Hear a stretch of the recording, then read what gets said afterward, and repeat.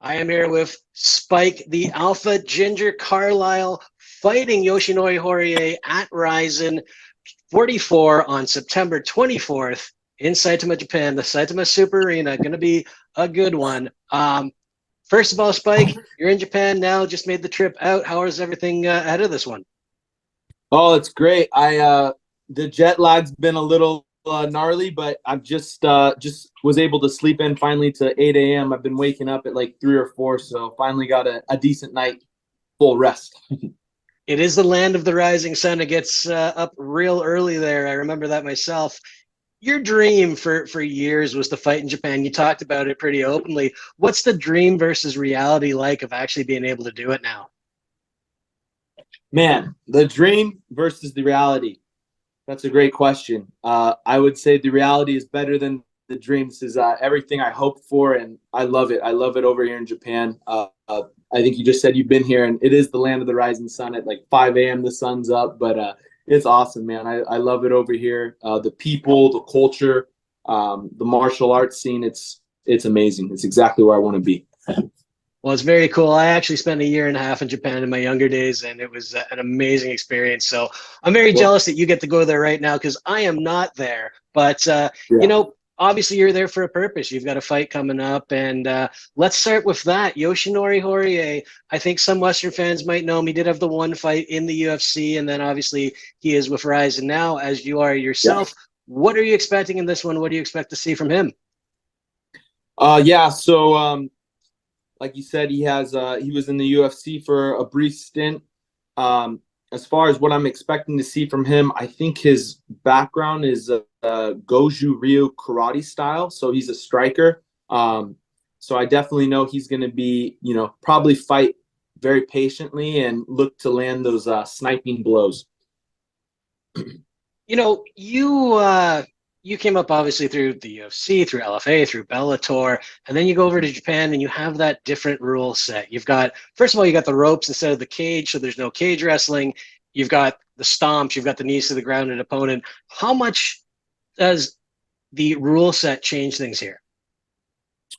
Oh man, it's quite different, but I've always kind of tried to I've always had Japan in my head, so I've kind of always tried to tailor make my style for the Japanese rule set. I'm still learning and getting used to it. The takedowns against the ropes, the wrestling against the ropes, the grappling against the ropes, cutting off corners. That's a lot different. I only had one fight as an amateur in a ring versus a cage, so that's something that I'm continually making adjustments and learning on. But I actually prefer it. I like fighting in a ring versus a cage. Well, that's very cool. And I referred to you earlier as a RIZIN fighter, and you came up through Bellator. Are you exclusive with RIZIN now? Or are you still with Bellator? What's the situation there? Yeah, so I think technically I still have a contract with Bellator, but I made it known to them that my sole desire right now is to be in Japan, and maybe in the future after I win the RIZIN belt, we can challenge the Bellator champion. But as of now, I'm very content in being here, so I'm solely in RIZIN at this moment. Good stuff. And when you talk about that, when you're saying, hey, I just want to be in Japan right now, have you given any thought to making a move over there and being there more full time? Yeah, definitely. I could see myself definitely living out here at least 3 to 6 months of the year. I love Asia in general. I've spent some time in Thailand. I have a lot of amazing connections out there. And this is my 4th time now in Japan, 3rd time as a fighter, and starting to develop a community and people I can trust, and a gym where I feel I can grow at and learn at and excel with. Very cool. And you mentioned kind of having Japan in your mind the whole time when you were coming up. And obviously you became known even before the UFC and Bellator for your walkouts, a little bit of a theatrical side. You had some flair that a lot of guys don't have. Do you feel that, Japan is just better suited for you in that sense?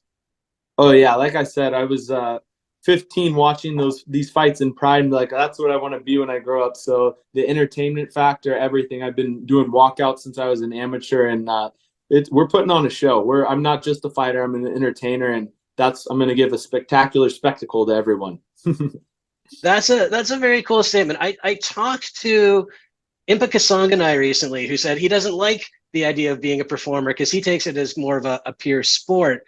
So he tries not to see that side of it. You see yourself Yeah. as a bit of an entertainer. Is it hard to find the balance sometimes between the fighter and the entertainer? Yeah, definitely. For sure. You know, especially with how you fight as well. You know, are you fighting to win on the scorecards, or are you fighting to, you know, maybe risk it, go for a finish, or do something that the crowd wants to see? So yeah, there's definitely a balancing act there. But at the end of the day, uh, winning. I mean, I don't want to say I don't want to win. Of course, I want to win, and I want to do it in a fashion that is explosive, is exciting. I don't want to have a career where I'm just eking out point fighting decisions. You know, that's not a real fight. You know, you're just playing it more as a sport. A fight's different. A fight's, you know, we're trying to kill each other. Absolutely. And I guess that takes me to another thing I was going to ask you about. The last couple fights didn't necessarily go your way, but you're also fighting some big names, AJ McKee, Yeah, Roberto Satoshi Souza. Obviously, these guys are world champions. I mean, the McKee fight yeah. was fantastic, thrilling fight to watch. What do you take away from them, though? They didn't go your way. You win or you Yeah. learn. So what did you learn from those experiences? Yeah, so you know, like you said, they're both world champions or former world champions. So this is the highest levels, and you know, we went to decisions. I had some great moments. Obviously, it didn't work out for me.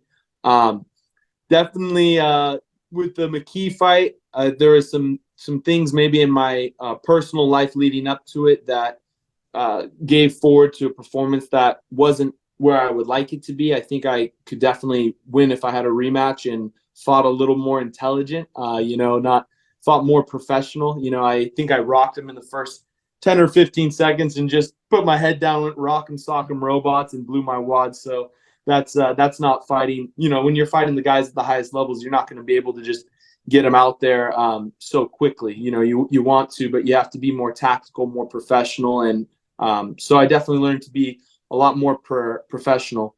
And then my last fight with Satoshi, man, that was a very unique and interesting fight because he's such a specialist, and he is such a world-class skill set in regards to jiu-jitsu, not so much to the other aspects of fighting. So that was a difficult fight, a learning experience, and you know, he's fought in RIZIN, you know, so many times. It was only my second fight in RIZIN, so learning more about the rules and what the judges are looking for. Personally, I thought I did enough to win the decision, but we're not here to win decisions. We're here to finish fights. So it was a good lesson learned. You know, I'm glad you brought that up because, you know, there is that saying, don't leave it in the hands of the judges. We know who Yeah. says that a lot. Yep. But the reality is you're going to go to a decision at some point in this sport. And you've got a different sort of judging criteria maybe in Asia. They don't score round by round. They score the fight as a whole. So, I Yep. mean, do you approach things differently with that in mind? Yeah, absolutely. My first fight in RIZIN, I was aware of that, and when I fought Koji Takada, and the first round he won, but I was mindful. I was like, it doesn't really matter if he's winning. I want him to waste his energy. I can come back and win this in the second or third round, and so that actually worked out really well for me. I think I had a good stratagem for that fight. So yeah, it definitely plays a factor. If I don't have to worry about dropping around, but I can gas my guy out or make him, you know, waste more energy or set something up for the future. That's what matters. So yeah, I definitely like how they judge it wholly versus just individual rounds. Good stuff. And, you know, I'm going to ask you one. This is kind of a silly one, but I got to ask because you do have Yeah, that kind of background in theatrics. Do you have anything special planned for a walkout or anything for this of fight? course. Yeah, of course. You don't even need to ask. You already know. Yeah, I definitely have a fun walkout that I think the Japanese fans and a lot of American fans will really resonate with. And like, I have a fun walkout for this one for sure. That's cool. I won't ask you to spoil it. It's better to be a surprise. But, you know, when you Yes. mentioned the American fans, these are cards where if you're like me and you're a real dedicated fight guy, and I mean, I cover the Yeah. sport, so part of it's a job, but, you know, still you Yeah. love it and you do it. You got to get up real early for these cards or stay up real Yeah. late, depending where you are. Do you hear a lot Yeah. of feedback from the Western fans that they're still staying up and watching these? Yeah, definitely my family and friends. They've been having to stay up till 2 or 3 a.m. to watch my fights. So But yeah, it's tough. I mean, I know like if the UFC has cards at a different time zone, I'm probably not going to wake up that early. I'll catch the replay, so I don't but yeah, the diehard fans for sure. So, but it's definitely it's hard when it's 2 or 3 in the morning and these guys are fighting. Well, we'll throw out the plug, fight.tv. I think they do give you the replays included, so Yeah. you can always watch them the next day. Yes, Spike, absolutely. I really appreciate the time. It's good seeing you. Last time I saw you was actually in Norfolk, Virginia for that UFC Norfolk card. I think we had your media day. So it's been a while. Awesome to see you. Appreciate the time. I'm going to ask you one more before I let you go tonight. Yeah. Just give us a prediction for this fight. How does it play out? Oh, man. God willing, it'll be swift, decisive with my hand getting raised.